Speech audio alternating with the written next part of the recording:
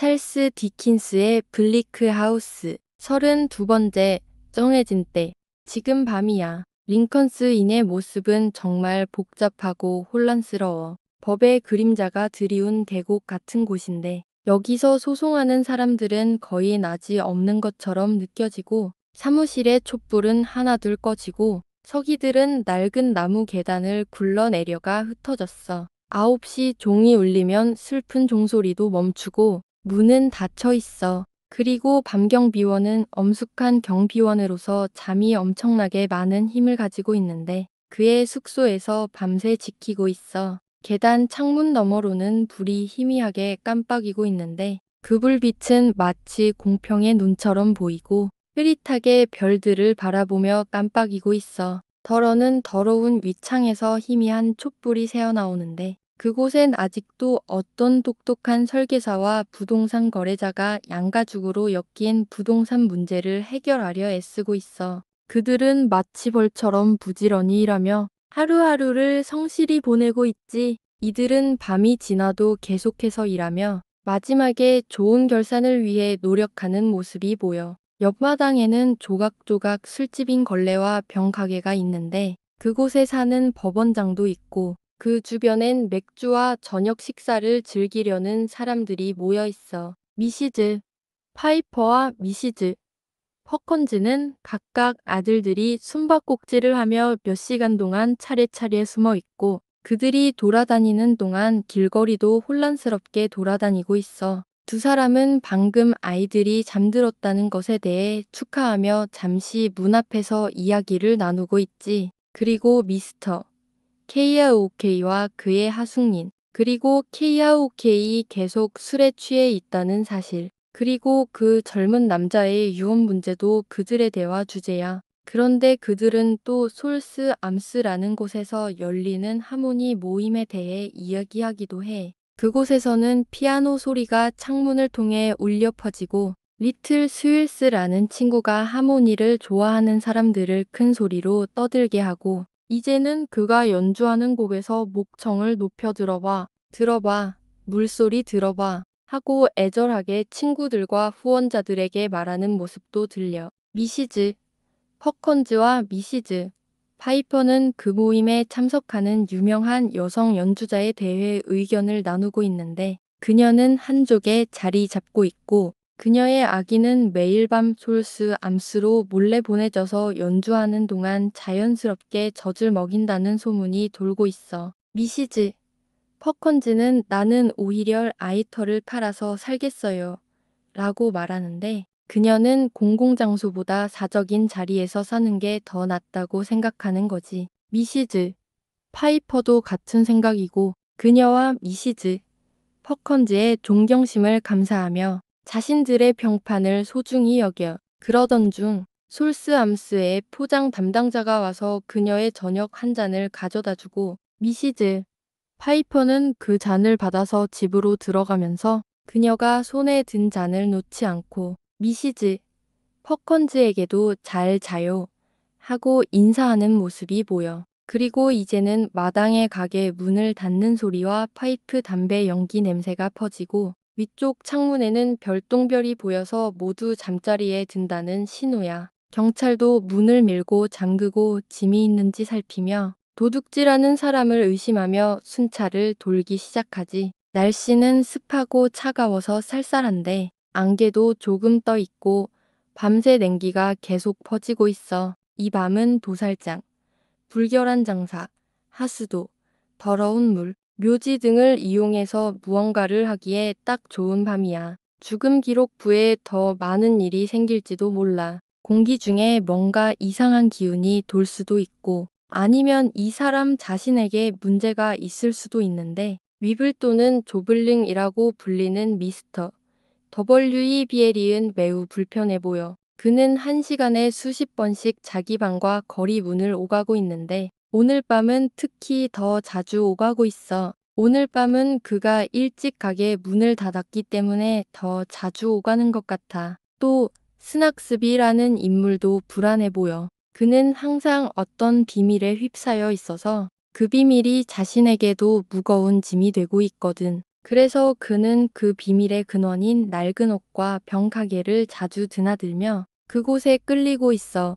심지어 지금도 솔스 암스로 돌아가서 밤새 연주하는 동안 자연스럽게 아기를 돌보는 소문이 돌고 있는데 이게 그의 마음을 더 불안하게 만들고 있어. 심지어 그는 나는 아이터를 팔아서 살겠다.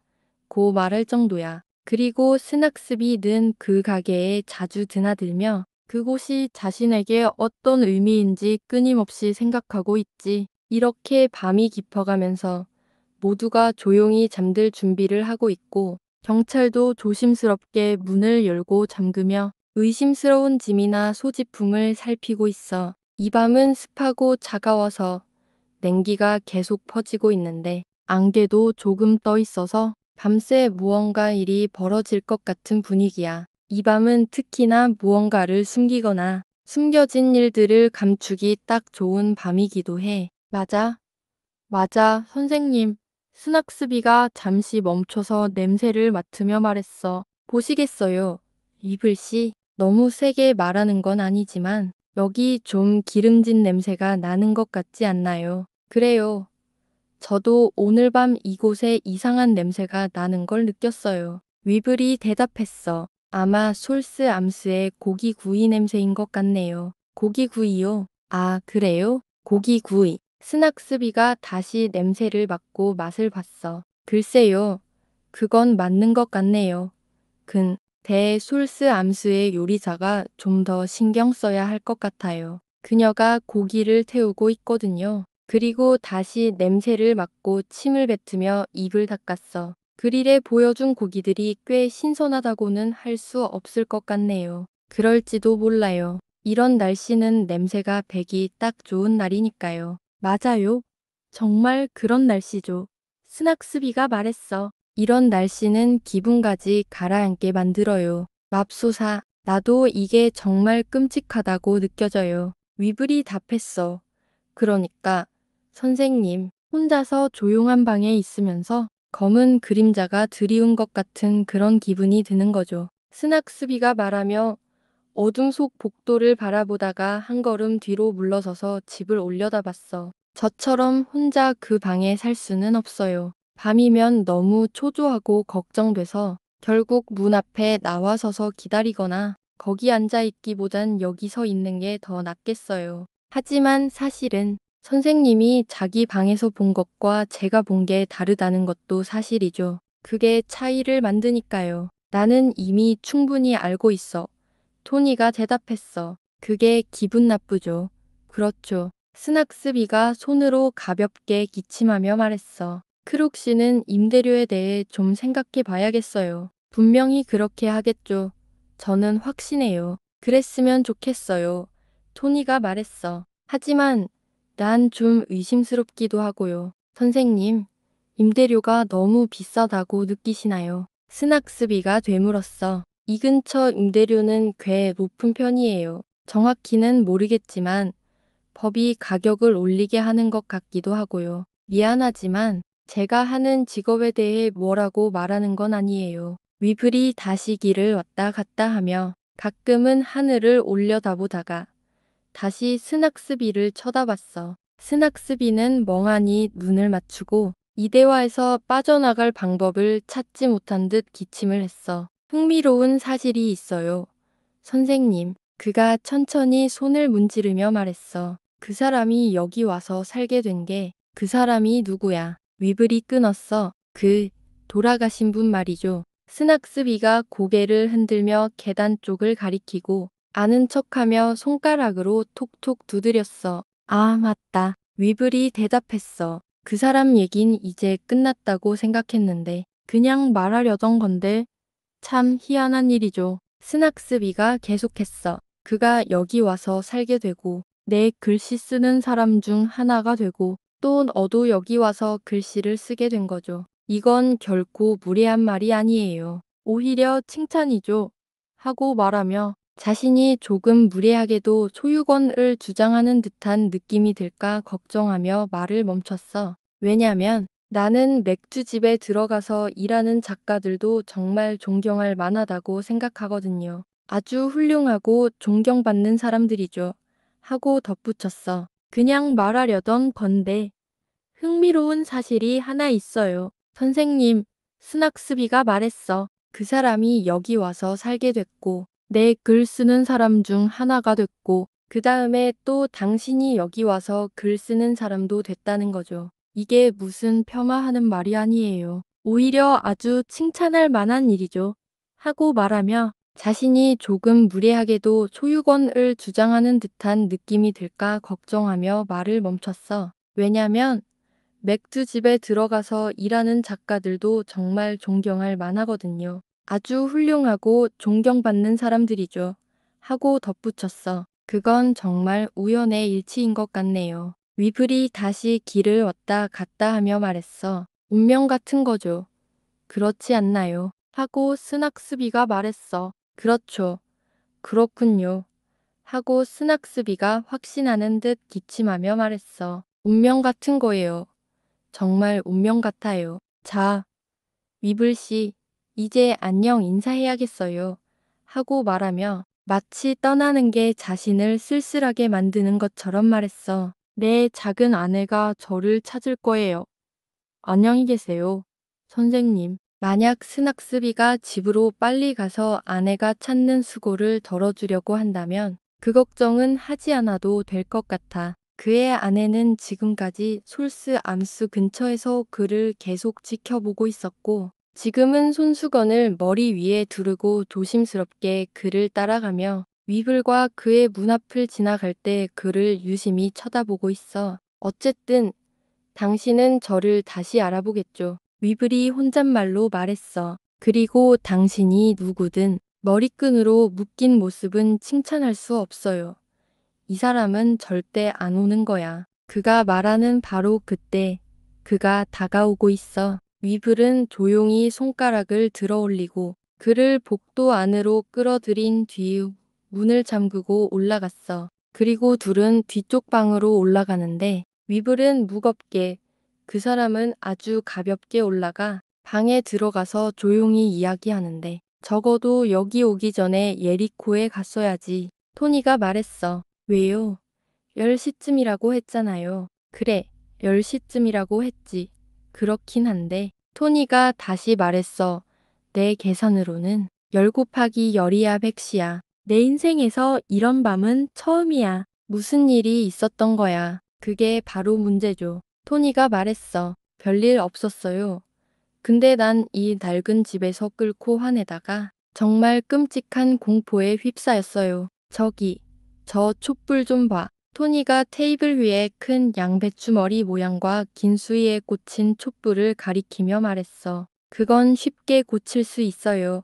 하고 구피가 성냥을 들고 말했어. 그게요. 토니가 되물었어. 그렇게 쉽진 않아요. 그 촛불은 이미 켜진 이후로 계속 타들어가고 있었거든요. 윌리엄 구피 하고 다른 사람이 대답했어. 나는 지금 다운스에 있어. 이 지독하게 지루하고 자살 같은 방이야. 아마 아래층의 오래된 복이랑도 관련이 있겠지. 위블이 멍하니 팔꿈치로 냄새통을 밀어내고 머리를 손에 기대고 벽난로 앞에 발을 올리고 불을 바라봤어. 구피는 그를 보고 살짝 고개를 흔들며 편한 자세로 테이블 반대편에 앉았지. 그거 스낙스비가 너랑 얘기했던 거 아니야, 토니? 응, 맞아, 그 글에 스낙스비였어. 하고 위블이 문장 구조를 바꿔서 말했어. 일 때문에 만난 거야. 아니, 아니야.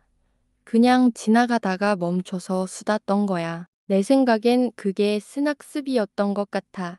하고 구피가 말했어. 그가 나를 못 보게 하려고 기다렸지. 내가 기다리던 게 아니었으면 그냥 지나쳤을 텐데. 또 시작이네. 윌리엄지. 하고 토니가 잠깐 고개를 들어 올리며 외쳤어. 이렇게 신비롭고 비밀스럽게 맙소사. 만약 우리가 살인을 저지른다 해도 더 비밀스러울 수가 없겠네. 구피는 웃는 척하며 대화를 바꾸려고 방 안을 둘러보며 진짜든 가짜든 감탄하는 척했어. 영국 미인 갤러리라는 그림이 벽에 걸려 있는데 그 위에 다이얼록 부인의 초상화가 있어. 그녀는 테라스에 서 있고 테라스 위에는 받침대가 있고 그 위에 꽃병이 있는데 그녀의 숄이 그 꽃병 위에 걸려 있고 그 숄 위에는 엄청난 털이 덮여 있고 그녀의 팔은 그 털 위에 기대어 있고 팔목에는 팔찌도 차고 있어. 그게 정말 다이얼록 부인 같아. 하고 구피가 말했어. 그림이 딱 닮았네. 정말 생생하게 느껴져. 그랬으면 좋겠는데. 하고 토니는 자세를 바꾸지 않고 투덜거리며 말했어. 그럼 여기서 좀 세련된 얘기라도 할 수 있겠지. 이제 친구가 더 이상 말을 돌리기 힘들어하는 걸 알게 된 구피는 좀 더 강하게 나가며 불만을 토로했어. 토니? 하고 구피가 말했어. 나는 누구보다도 그 사람이 기분이 안 좋아질 때가 어떤 건지 잘 알아. 그리고 아마도 그걸 가장 잘할 자격이 있는 사람은 나일 거야. 왜냐면 그 사람은 내 마음에 새겨진 무언가를 갖고 있거든. 그런데 이건 한계가 있어. 아무리 기분이 안 좋아도 아무도 해를 끼치지 않는 사람을 괴롭히는 건 옳지 않지. 그래서 토니, 지금 너의 태도는 환대하는 태도도 아니고 정말 신사다운 태도도 아니야. 나는 그렇게 생각해. 이건 강한 말이야. 윌리엄 구피. 하고 위블이 대답했어. 그럴지도 몰라. 하고 구피가 되받아쳤어. 하지만 내가 그렇게 말할 때는 정말 강한 감정을 느끼기 때문이야. 위블은 자신이 잘못했다고 인정하고 구피에게 더 이상 신경 쓰지 말라고 부탁했어. 그런데 구피는 이기적인 입장이라 조금 더 불쾌한 말로 더 주장하고 싶어 했지. 아니, 제기랄, 토니. 하고 그가 말했어. 내가 정말 조심해야 하는 건 내 마음에 새겨진 무언가를 갖고 있고 그 감정이 아직 완전히 행복하지 않은 사람의 감정을 상하게 하는 거야. 너는 눈을 사로잡고 입맛을 끌어당기는 그런 것들을 갖고 있잖아. 다행히 너한테는 그런 성격이 아니겠지만 나는 바라는 게 있어. 네가 한 송이 꽃 주변을 맴돌지 않기를. 너의 자유로운 날개는 너를 그 정원 속으로 데려가겠지. 하지만 토니, 나는 정말로 너의 감정을 상하게 할 이유가 없다고 확신하고 싶어. 토니는 다시 그 주제를 더 이상 이야기하지 말자고 간절히 부탁하며 윌리엄 구피, 그만둬. 하고 강하게 말했어. 구피는 내가 자발적으로 시작한 건 아니야. 토니? 하고 대답하며 물러갔어. 이제? 하고 토니가 불을 휘저으며 말했어. 이 편지 꾸러미를 만지면서 크룩이 오늘 밤 12시에 이걸 내게 넘기기로 한 게 정말 이상한 일이야. 믿어지니? 그렇지. 왜 그랬을까? 그가 왜 그런 짓을 했겠어. 뭐, 그가 왜 하는 짓이든 그도 몰라. 오늘이 그의 생일이라서 오늘 밤 12시에 넘기겠다고 했대. 그때쯤이면 이미 술에 취해서 눈이 뒤집혀 있을 거야. 하루 종일 술만 마셨거든. 그가 약속을 잊은 건 아니겠지. 잊었겠어. 그 사람 믿지 마. 절대 잊지 않아. 오늘 밤 8시쯤 봤는데 가게 문 닫는 걸 도와줬고 그때 이미 그 편지들이 털모자 안에 있었어. 모자를 벗기고 보여줬지. 가게 문 닫고 나서 모자에서 꺼내서 의자 뒤에 걸고 불 앞에서 넘기며 보고 있더라고. 그 뒤로 잠시 후 2층 아래서 들리던 소리, 바람처럼 부는 듯한 허밍 소리, 그가 아는 유일한 노래, 비보, 고대의 차론, 그리고 비보가 죽을 때 술에 취해 있었다거나 하는 이야기를 흥얼거리고 있었어. 그 이후로는 마치 구멍 속에 잠든 늙은 쥐처럼 조용했지. 그럼 너는 12시에 내려갈 거야. 그래, 12시. 그리고 너한테 말했듯이 내가 왔을 때는 내게 100명 같았어. 토니? 하고 구피가 다리를 꼬며 잠시 생각하다가 말했어. 그 사람 아직 읽을 줄 몰라. 읽을 줄? 절대 못 읽어. 글자 하나하나를 구별할 수는 있는데 대부분의 글자를 따로따로는 알고 있어. 나한테 배워서 그렇게 된 거지. 근데 그걸 조합하는 건 못해. 너무 나이 들어서 그 능력을 못 익히고 있고 또 술에 취해서 그렇기도 하고. 토니? 하고 구피가 다리를 풀었다가 다시 꼬았어. 그 사람이 하우든이라는 이름을 어떻게 철자했을까? 그 사람 절대 철자 안 했어. 그 사람 눈이 얼마나 기묘한지 아니? 그리고 눈으로만 그림을 베끼는데 익숙했거든. 그가 그 이름을 보고 어떤 글자의 방향을 흉내낸 것 같아. 그리고 나한테 그게 무슨 뜻인지 물어봤지. 토니? 하고 구피가 다시 다리를 꼬았다가 풀었다가 하며 말했어. 그 원본인 남자의 글씨라고 생각하니? 아니면 여자의 글씨라고 생각하니? 여자야. 확률이 절반 이상이 여자야. 글씨 끝이 기울고 N글자가 길고 급하게 쓴 것 같아. 구피는 이 대화 내내 손톱을 물어뜯고 있었어. 다리를 바꿀 때마다 손톱도 바꿨지. 그런데 이번에 다시 손목을 보다가 갑자기 눈길이 멈췄어. 그의 눈이 놀라서 깜짝 놀란 것처럼 보여. 이봐, 토니. 오늘 밤 이 집에서 무슨 일이 벌어지고 있는 거야. 굴뚝에 불이 난 거 아니야. 굴뚝에 불이 난 거라고. 아, 하고 구피가 대답했어. 제가 떨어지는 걸 봐봐. 내 팔에도 제가 묻었고 여기 테이블 위에도 제가 묻었어. 이 더러운 재. 날아가지도 않고 검은 기름처럼 번지기만 해. 그들은 서로 쳐다보다가 토니는 문 쪽으로 귀를 기울이고 위층과 아래층도 살펴봤어. 잠시 후 돌아와서 괜찮아. 조용해. 하고 말했어. 그리고 얼마 전에 스낙스비에게 했던 말을 떠올리며 솔스 암스에서 고기 구이하는 모습에 대해 이야기했지. 그때 하고 구피가 계속해서 제키 소매를 혐오스럽게 쳐다보며 말했어. 그가 내게 하숭인 가방에서 편지 꾸러미를 꺼냈다고 말했던 그 순간 말이야. 그때였어요. 선생님.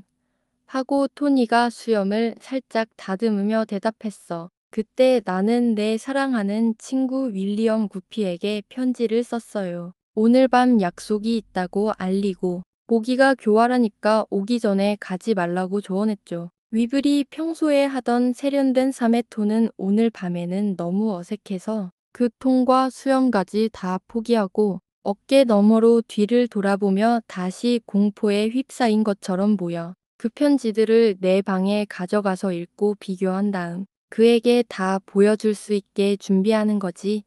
맞지, 토니? 하고 구피가 걱정스럽게 손톱을 깨물며 물었어. 목소리 낮추는 거 너무 중요해. 네, 그게 우리가 합의한 거야. 내가 말하는데, 토니, 목소리 낮추는 거 너무 중요해.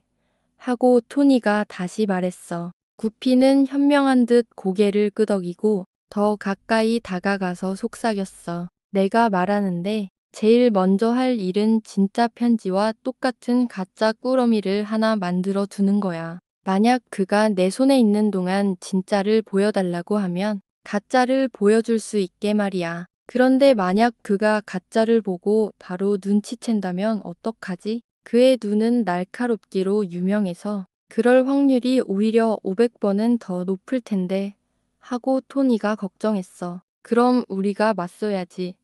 그 편지들은 그 사람 것 아니고 원래부터 그 사람 것 아니었어. 내가 그걸 찾았고 내게 맡겼잖아. 법률 친구인 내가 안전을 위해서 만약 그가 강제로 요구한다면 그 편지들을 보여줄 수 있겠지. 네, 응. 하고 위블이 마지못해 인정했어. 이봐, 토니. 하고 친구가 말했어. 내 표정 좀 봐. 윌리엄 구피를 의심하는 거야. 혹시 무슨 나쁜 짓이라도 하려는 거 아니야. 나는 윌리엄보다 더 아는 게 없어요. 선생님. 하고 토니가 진지하게 대답했어. 그게 뭐야? 하고 구피가 목소리를 조금 높여서 물었어. 그런데 친구가 다시 목소리 낮춰야 해. 하고 경고하자. 입술로만 뭐야? 라는 말을 하며 아무 소리도 내지 않고 물었어. 내가 아는 건 세 가지야. 첫째, 우리가 비밀스럽게 속삭이고 있다는 거. 두 사람은 공모자라는 거지. 그래. 하고 구피가 말했어. 그게 우리가 할 수 있는 유일한 방법이니까. 그게 제일 좋아. 아니면 아무것도 못하는 거니까. 둘째는 결국 이게 얼마나 이익이 될지 잘 모르겠다는 거야. 구피가 벽난로 위에 걸린 다이얼록 부인 초상화를 올려다보며 말했어. 토니, 그건 내 친구의 명예를 위해서 남겨두는 게 좋아. 그리고 그 그림이 그 친구의 마음속 깊은 곳을 건드릴 수 있는데 지금 이 자리에서 그걸 굳이 자극할 필요는 없잖아. 내 친구는 바보가 아니야. 저게 뭐야. 그게 세인트폴 대성당 종이 지금 10시를 치고 있어. 들어봐. 그러면 도시 전체에 종소리도 들릴 거야. 두 사람은 조용히 앉아 멀리서 가까이서 울려 퍼지는 금속성 종소리들을 들었어. 높이와 위치에 따라 소리의 톤도 달라지고 상황보다 더 다양한 음색이었지. 종소리들이 끝나자 분위기는 훨씬 더 신비롭고 조용해졌어. 속삭임의 불쾌한 점은 그게 오히려 소리의 유령들이 떠도는 듯한 정적을 만들어낸다는 거야. 이상한 금이 가거나 딸깍거리는 소리, 실체 없는 옷자락의 바스락거림, 그리고 끔찍한 발걸음 소리까지도 바닷가 모래나 겨울 눈 위에 아무 흔적도 남기지 않는 것들. 두 친구는 너무 예민해서 공기 중에 이유령들이 떠도는 것 같았고 둘은 서로 몰래 돌아봐서 문이 꼭 잠겼는지 확인했어. 그래, 토니. 구피가 불 가까이 다가가며 손톱을 깨물었어. 세 번째로 말하려던 거, 그게 방에서 죽은 사람에 대해 음모를 꾸미는 건 별로 기분 좋은 일이 아니야. 특히 그 사람이 바로 그 방에 살고 있다면. 하지만 우리가 그 사람을 해치려는 게 아니야. 토니, 그럴지도 모르지. 그래도 난 별로 좋아하지 않아. 혼자 여기서 살면선 애가 어떻게 느끼는지 봐. 죽은 사람에 관해서는 토니, 구피가 이 제안을 피하며 말했어. 대부분의 방에는 죽은 사람이 있었던 적이 있지. 그건 알지. 하지만 대부분의 방에서는 그냥 내버려 두고 그 사람들도 너를 내버려 두잖아. 토니가 대답했어. 두 사람은 다시 서로를 바라봤어. 구피는 급하게 말했지. 우리가 죽은 사람을 도와주는 거라고 생각하면 좋겠어. 그랬으면 좋겠어. 그리고 잠시 침묵이 흘렀어. 그러다 갑자기 위불이 불을 휘저으며 구피를 깜짝 놀라게 했지. 이봐. 여기 제가 또 얼마나 많이 떠다니는지 몰라. 구피가 한숨을 쉬며 말했어. 창문 좀 열자. 좀 환기를 시키자. 너무 답답하잖아. 그는 창문을 열고 둘은 반쯤 방 안에 반쯤 밖에 기대어 섰어. 옆집 집들은 너무 가까워서 하늘을 올려다보려면 목을 길게 빼야 했지만 여기저기서 보이는 희미한 불빛들과 멀리서 굴러가는 마차 소리 그리고 사람들의 움직임이 꽤 편안하게 느껴졌어. 구피는 조용히 창문턱을 두드리며 가벼운 희극 같은 목소리로 다시 속삭였어. 그나저나, 토니, 작은 웨드도 잊지 말고 그 이름의 젊은 쪽 말이야. 난 그 사람한테 얘기 안 했어. 그 할아버지가 너무 영리해서 문제야. 그게 집안 내력인 것 같아. 나 기억해. 토니가 대답했어.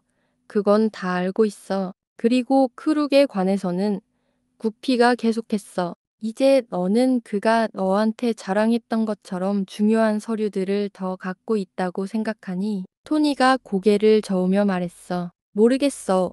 상상도 못하겠고 우리가 이 일들을 그의 의심을 일으키지 않고 잘 넘기면 분명히 더 잘 알게 되겠지.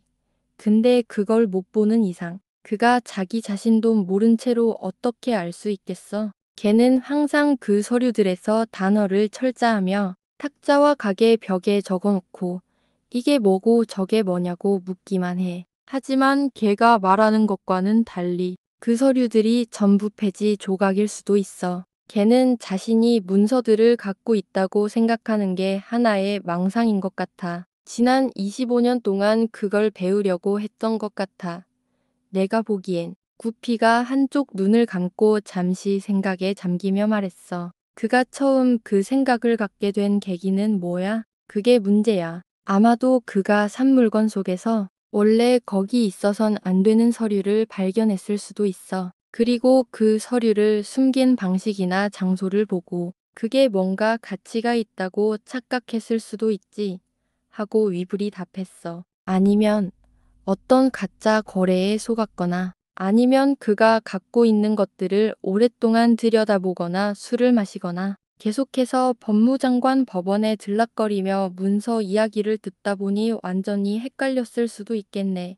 하고 위불이 덧붙였어. 구피는 창문턱에 앉아 머리를 끄덕이며 이 모든 가능성을 머릿속에 떠올리면서 손가락으로 두드리고 손으로 만지고 길이를 재며 생각에 잠겼어. 그러다 급히 손을 치우며 말했지. 이게 도대체 뭐야, 제기랄. 내 손가락 좀 봐. 그의 손에는 두꺼운 노란색 액체가 묻어 있었어. 만지고 보기 싫고 보는 것도 역겨운 끈적한 기름 같은 게 잔뜩 묻혀 있었지. 냄새도 역겨워서 둘 다 몸서리쳤어. 이게 뭐 하는 짓이야? 너머하다가 창문 밖으로 흘린 거야. 창문 밖으로 흘린 거라고? 아니야, 맹세할게. 여기 온 이후로 그런 적 없었어. 하고 하승인이 소리쳤어. 그럼 여기, 저기 봐봐. 이제 와서 손전등을 들고 천천히 벽돌 위로 흘러내리며 작은 웅덩이를 만들어 놓았어.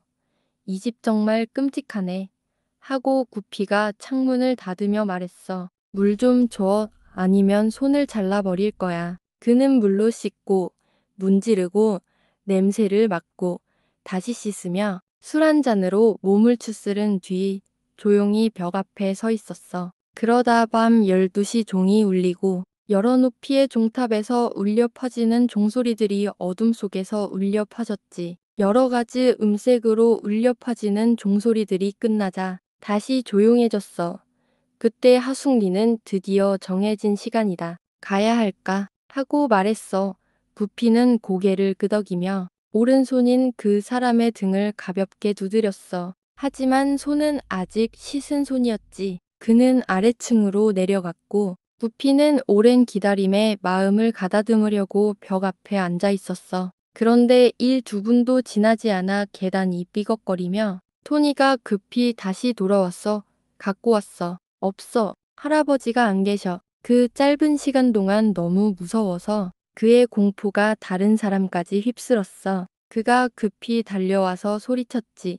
무슨 일이야? 그 사람한테 말을 못 걸었어. 조용히 문을 열고 들여다봤는데 냄새도 나고 재도 있고 기름 냄새도 있는데 그 사람이 없었어. 토니가 한숨을 쉬며 끝냈어. 구피가 손전등을 들고 둘은 더 죽은 것보다 더 죽은 듯이 아래로 내려왔어. 서로 기대면서 뒤쪽 가게 문을 힘겹게 열었지. 고양이는 가까이 숨었고 불 앞에 있는 당바닥에 무언가를 으르렁거리며 서 있었어. 벽난로에는 불이 거의 꺼졌지만 연기 같은 연무가 가득했고 벽과 천장에는 기름기 가득한 검은 얼룩이 잔뜩 묻어 있었어. 의자와 탁자, 그리고 거의 항상 테이블 위에 놓인 병도 평소처럼 자리 잡고 있었지. 한 의자 뒤에는 그 노인 할아버지의 털모자와 코트가 걸려 있었어. 봐, 하며 하승인이 떨리는 손가락으로 이 물건들을 가리켰어.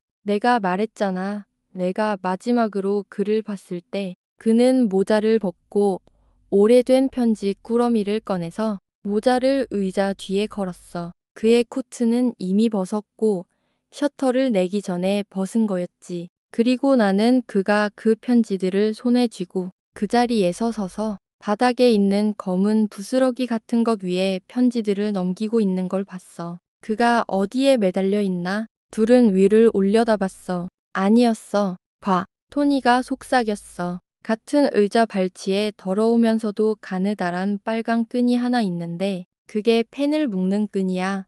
그게 편지들을 묶었었지. 걔는 천천히 풀었고 내게 웃으며 비웃으며 편지들을 넘기기 시작하기 전에 그 끈을 던졌어. 나는 그게 떨어지는 걸 봤어. 고양이한테 무슨 일이야? 구피가 물었어. 봐봐. 미친 것 같아. 그리고 예약한 곳에서는 당연하지. 그들은 천천히 다가가며 이 모든 걸 살펴봤어. 고양이는 그 자리에서 계속 으르렁거리며 불 앞에 있는 당바닥에 있는 무언가를 노려보고 있었지. 그게 뭐지? 손전등을 들어 올려봐. 여기 작은 불에 탄 바닥 조각이 있고 여기 작은 불탄 종이 꾸러미에 타는 잔해가 있는데 평소보다 훨씬 무거워 보여서 뭔가에 흠뻑 젖은 것 같아. 그리고 여기 이게 작은 숯덩이의 재인지 아니면 석탄인지? 오, 끔찍해. 걔가 바로 여기 있어. 그리고 우리가 도망치면서 불을 끄고 서로 밀치며 뛰쳐나온 이 모든 게 그를 대표하는 전부야. 도와줘, 도와줘. 제발 이 집에 들어와. 많은 사람들이 들어오겠지만 아무도 도와줄 수 없어. 그 법무장관이 마지막 순간에 자신의 직책에 충실했듯이 그는 모든 법정과 모든 곳에서